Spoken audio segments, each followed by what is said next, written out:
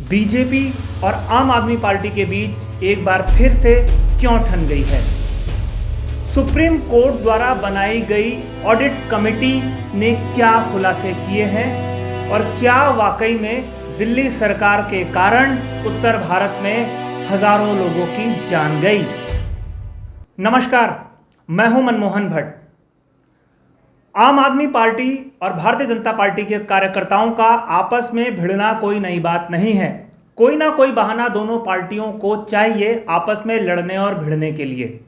इस बार दोनों पार्टियों के नेता, दोनों सरकारें, चाहे वो दिल्ली और केंद्र सरकार, आमने सामने आ गई हैं और मुद्दा है कोरोना काल में ऑक्सीजन की सप्लाई का। ऑक्सीजन की सप्लाई को लेकर जो खुलासे सुप्रीम कोर्ट द्वारा बनाई गई ऑडिट कमेटी ने किए हैं, उसमें दिल्ली सरकार को घेरने की कोशिश में केंद्र के साथ साथ भारतीय जनता पार्टी के कार्यकर्ता भी शामिल हो गए हैं। वास्तव में अप्रैल और मई के दौरान जिस समय कोरोना की दूसरी लहर अपना कहर बरपा रही थी, उस समय ऑक्सीजन की सप्लाई एक बड़ा मुद्दा थी। दिल्ली सरकार पर आरोप है कि उसने अपनी मांग अपनी जरूरत के हिसाब से नहीं बल्कि उसके 4 गुना मांग केंद्र सरकार से कर दी। और केंद्र सरकार ने जब ऑक्सीजन की सप्लाई करनी शुरू की तो जिन टैंकर्स से वो सप्लाई हो रही थी, उन टैंकर्स को खाली करने में अच्छा खासा वक्त लगा। ये वही वक्त था जिस वक्त ऑक्सीजन की सप्लाई दूसरे राज्यों में कराई जानी थी। ये आरोप तब लगे हैं जब सुप्रीम कोर्ट द्वारा बनाई गई एक ऑडिट कमेटी ने अपना खुलासा किया है और उस रिपोर्ट को दिल्ली सरकार को भी भेज दिया है। इस रिपोर्ट के आने के बाद दिल्ली सरकार केंद्र और भारतीय जनता पार्टी के नेताओं के निशाने पर आ गई है।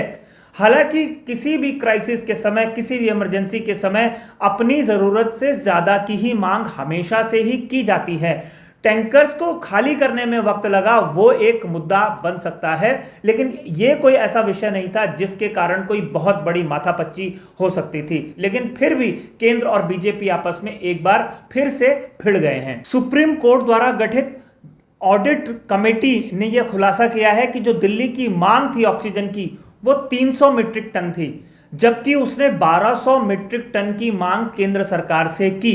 केंद्र ने वो सप्लाई की, लेकिन मामला कहीं और उलझ गया। टैंकर्स को खाली करने में जो वक्त लगा, उस वक्त का इस्तेमाल दूसरे स्थानों पर ऑक्सीजन सप्लाई करने के लिए हो सकता था। चाहे वो राजस्थान है, चाहे वो उत्तर प्रदेश है, चाहे वो उत्तराखंड है, चाहे वो दूसरे और सीमावर्ती क्षेत्र हैं दिल्ली और आसपास के, वहां पर ऑक्सीजन की सप्लाई हो सकती थी। ये अब आरोप और प्रत्यारोपों का सिलसिला शुरू हो गया है। अरविंद केजरीवाल को घेरने की कोशिश हमेशा से ही केंद्र सरकार की और भारतीय जनता पार्टी के नेताओं की रही है।